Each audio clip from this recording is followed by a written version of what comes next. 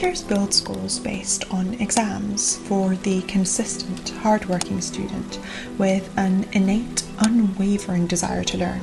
Someone endlessly motivated in absolutely everything from the human gut to the weather to the planets to how the ancient Greeks structured their irrigation systems to the layers of the leaf. I do wonder if teachers have actually met a student. As someone who has been in some form of education for over 20 years now, it's only in the last few years of my training to be a doctor that I fully accepted that actually maybe I don't need to accept all of the study techniques and recommendations that teachers are giving me. And even better than that, some of this advice was making my studying boring, my motivation worse, my memorization poorer, and just me more miserable and insecure overall. So, keeping in mind that not all study methods work for everyone, here are the ones that I particularly hate, and changing which has led to the biggest differences in my studying in medical school. So if your brain also works something like mine, maybe letting go or changing these might also yield some better or helpful results for you. So let's just get straight into it. The very first thing I am going to attack is taking notes in lectures or taking notes in general or overall from anywhere, because as someone who used to have perfectly taken notes on my iPad and then turned into taking notes in Notion, I for the last 3 years have not taken any notes at all, and it has completely transformed and improved my learning. Because this used to be so essential to my kind of teaching myself and university life in general, and I used to be absolutely obsessed with note-taking, I am going to deep dive into detail and attack all of the reasons that I thought that note-taking was helpful. So hopefully, if you're anything like me, you might be able to let it go and also learn a lot better for this reason. So I've tried to structure this in a certain way. When I used to take notes, I used to think that one, this would help me understand things better and pay more attention while I am in the lesson. Number two, the other benefit, I thought it would help me memorize things or learn things better, because I remember reading some studies or people saying that if you write things down, especially by hand, then you end up memorizing things more. So these are the two benefits that I'm going to say why they did not work for me. And also I'm going to say one major downfall that note-taking was kind of keeping me from learning better in school or in lectures in general. Firstly, I'm going to talk about the understanding or the paying attention, or this kind of anxiety that I almost had to attend every single lecture and to write everything down just in case I would lose these notes. I realized that if I was completely honest with myself, I was actually not relying on these notes that much when it came to studying, and more often than not, I would just kind of skim through them and still rely on things like just Googling things and trying to find the information elsewhere, reading textbook, reading the actual lectures itself, rather than looking at my notes, which I honestly almost never did at all. And even if I did, I would kind of sometimes doubt the things that I had written because, of course, they were done super fast. Or I think, well, I need to double check this anyway. So I found that the value of these notes in general was not actually that high. And also when it comes to understanding things, it didn't add much beyond me just kind of copy down verbatim what is being said in the lesson or what is already in the notes itself. And furthermore, when it comes to memorization, this was a difficult pill for me to swallow because I kind of struggle with memorization in general, especially when it comes to new words or kind of new terms and numbers. And I thought that any help that I can get in this department would be a big kind of bonus or positive. And honestly, when I thought about it realistically, I thought not only writing things down once in the lesson the first time I hear them, but even if I had magic powers and I could kind of pause the lesson every time I need to take a note and write it down 10 times instead of once, realistically, once the lesson was over, give it a few weeks, if I never study this thing, I will forget it anyway. And writing things down before I even understand them, or in the first instance, had negligible addition to the amount of times that I would memorize these things or the length that I would memorize things. I would still have to rely on all my other methods of going through questions or kind of exercises or testing my knowledge or reading it elsewhere or rewriting it at a different separate time.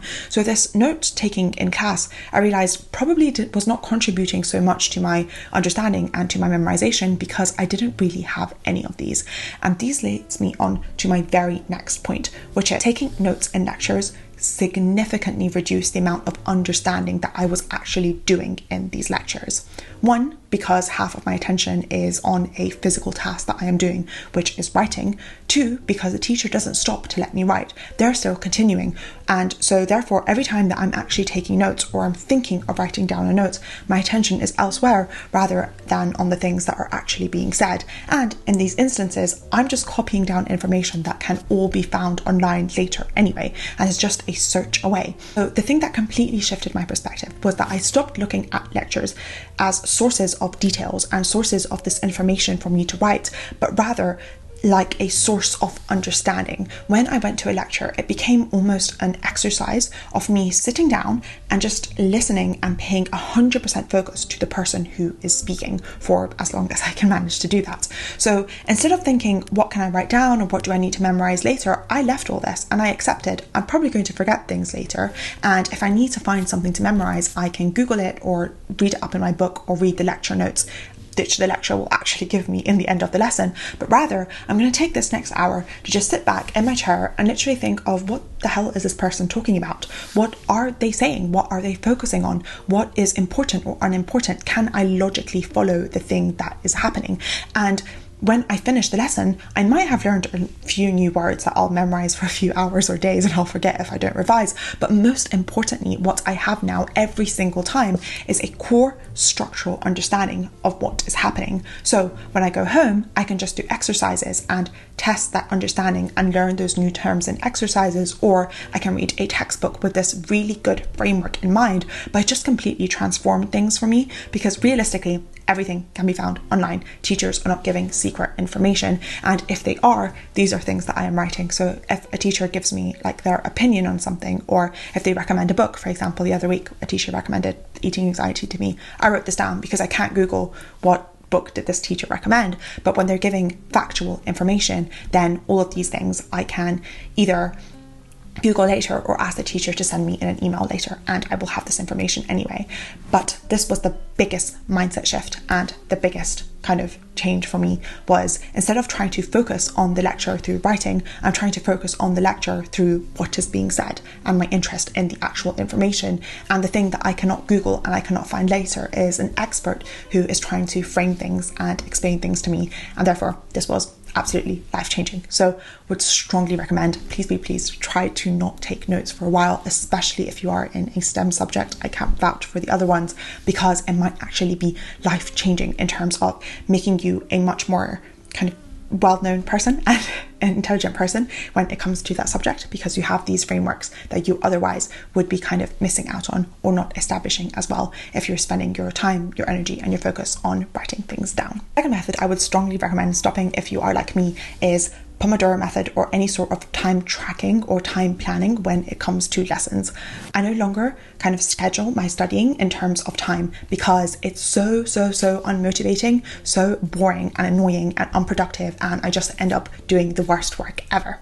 Basically, I'm quite an impatient person, and if I say that I'm going to study for 1 hour, I cannot make the hour go faster, and because I can't change time, but I can make my learning go faster. And even though I'm not interested in spending time doing a random activity, I usually am interested in establishing knowledge, because that's why I've picked my subjects and the things that I study. So instead, what I do is that I pick out topics or things that I need to learn. So I think I need to study the heart valves, or I need to study dementia, or I need to study the medications for anxiety, and this is the thing that I need to study at some point today or at some point this week or month. And therefore what I do is, in a day, if I know I want to do some studying at some point, what I'll think is that I'm going to study this thing and let it take as much time as it needs, rather than saying I'm going to study for the next hour. When I put a fixed timer on, I am bored, I am distracted, half of my brain is focusing on when the hour or whatever time I've set for myself is going to end. And also, if I'm kind of in the flow and doing good work and the timer goes off, then a part of my brain goes, I guess I can stop now, like I've done enough, when I really haven't. And I'm just like blocking myself from actually doing real learning and good learning. So instead, what I do now is focus on the task itself. And what benefit this also has is that I tend to learn a lot faster and with a lot more motivation and kind of personal emotional investment, because realistically, most of the time I want things to finish sooner. So this also means that if for whatever reason one day I end up studying all day just because I wanted to learn this one thing and I'm really obsessed with it and I go on multiple tangents and learn so much, that's a great day. I did a lot of studying, I learned something really, really well, but I feel great even though I didn't put time on it. And on the other hand, if I think, oh, I have these 5 things to study today and it end up taking me like 30 minutes because they were super easy things and I thought they would take longer, I just have a free day and that's absolutely fine. I can do other things. So it's a win-win situation for me in every single case. So I no longer put timers on. I'll put an alarm on if I need to go somewhere or stop something, but otherwise I will just study for as long as I want and as long as I get the thing done, and that becomes a much more kind of realistic and motivated work that I do. So screw the timer, screw the Pomodoro method. Let's focus on actually learning the things and doing the things instead of arbitrary minutes and seconds here and there. Next study method that I think should be left behind is ignoring textbooks. Now, this is a super controversial thing for me because in the beginning, I used to treat textbooks like gospel. I would read them front cover to back cover and everything in between, and I would get super kind of invested in understanding everything that they're saying and looking at the resources and reading the other books that they recommend. I was obsessed. And then I discovered PubMed and I realized I don't actually need to use textbooks, but I can have these chapters for only the things that I'm interested in. And because I have this kind of like almost obsessive perfectionist tendencies to read everything, it's much more better for me to just read a full study or a full chapter on PubMed than read a whole book, because it just limits the time and lowers my anxiety. But I now realize that textbooks are super, super helpful if they are used very strategically. So I think I've come up with a method that works for me when it comes to textbooks. And basically, the first thing that I will do is that I will always read the contents page. And I think that this is so underrated. If you never, ever, ever touch a textbook, or if you ever look at a textbook, I would just recommend look at the contents page alone, because it's so valuable as it kind of puts everything in perspective and it tells you every chapter, so everything, every condition, every element of the subject that you are trying to teach, and it's structured really, really well. So you can think, if I'm studying rheumatology, what are all of the conditions that are supposed to be there? And if you see the sub-chapter headings, you can see, oh, this is kind of how things go and how things connect and what groups these conditions fall into. And this sort of framework can be absolutely invaluable. So I spend a ridiculous amount of time actually just trying to find good contents pages in textbooks alone. That's kind of my most important and valuable thing that I will ever get from a textbook, is a contents page, because as I said, the rest of the things you can kind of get from PubMed.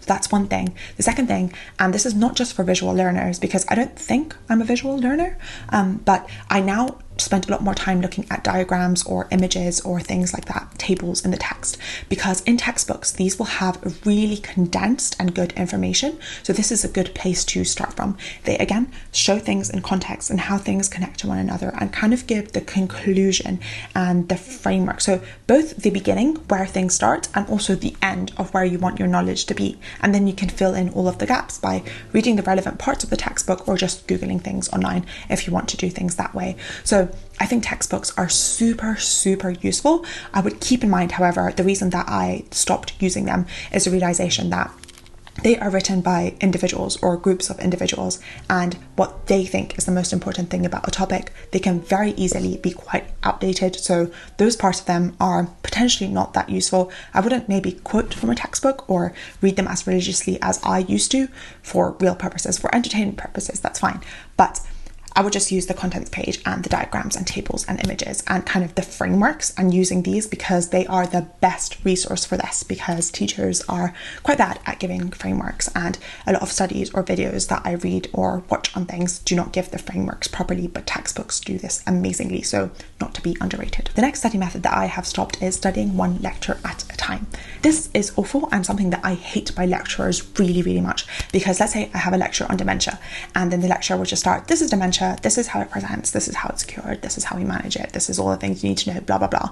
But it's not placed into context. And something that I've really realized recently is that when it comes to applying knowledge, it's just as important to know how dementia connects to other conditions and what conditions look like dementia but aren't it, rather than just knowing what it is. Basically, to me, knowledge on a specific topic is also defined by how this is not another topic, and this is absolutely invaluable. For me to actually say that I know delirium properly, I should be able to answer why delirium is not dementia with Lewy bodies. So these sort of kind of definitions are really, really important. So when I study lectures, I study them in a group, or even if I focus on one, I will focus on the relevant conditions around it and how they connect to it and when they are not this. So for example, if you're studying a mathematics formula, it's important not only to know when you can use this formula, but in what cases do you think you can use this formula, but you actually can't. And defining the connections between different topics and different lectures is super, super important. And if your teacher is like 99% of mine and they don't put these things in context for you, I would really recommend doing that one first step and seeing where does this lecture sit in my whole semester and how does it connect to other things, and then I can focus on this thing rather than just jumping in one lecture at a time and really dividing your information in a way that it never ends up connecting, and therefore you do not have a good grasp and you cannot apply it in the way that you would ideally want to. And lastly, the last thing that I'm super grateful for leaving behind is focusing on the details and the specifics. As someone who well, it's not a great thing to admit, but in the past, I used to not only want to perform well, but some part of me that I'm a bit ashamed of also wanted to kind of appear to myself that I was proud of what I'd done and that I was a good learner. Basically, I wanted to kind of show off to myself with the knowledge that I had. And to me, that looked like knowing these specifics. Knowing some super niche molecules or proteins or pathways or medications or treatments or parts of anatomy, that was the signal to myself that I had done a good job.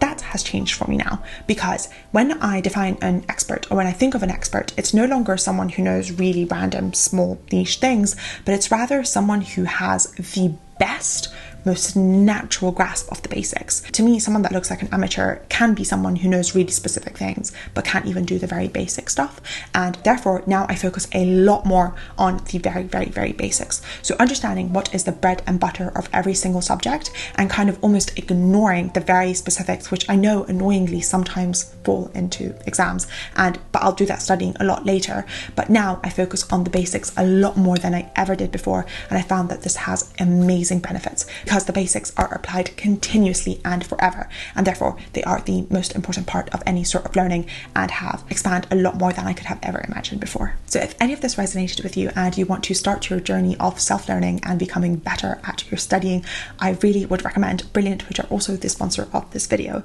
Brilliant is absolutely the best place that I have ever found on the internet for very hands-on learning. It's a great place to learn both very specific skills and to become a better learner with principles in general, especially if you are learning STEM subjects. I find that doing the exercises on Brilliant, usually for me they happen on my phone, but sometimes also on my laptop if I'm procrastinating from doing something else, to be a very, very great method to really establish those core basics and to make sure that I have my foundations very, very solid, and this very slowly but surely kind of supercharges my learning in all domains. I really think that it rewires your intuitive thinking and makes you a better learner naturally in general, and it's one of the places that does not trip any of my triggers when it comes to bad teaching or bad learning in general, but it tends to be a absolutely beautiful experience that really shows you what our education in school should have been and what I wish it still was for me in university. So if you would like to check out Brilliant, either for very specific things like mathematics or algebra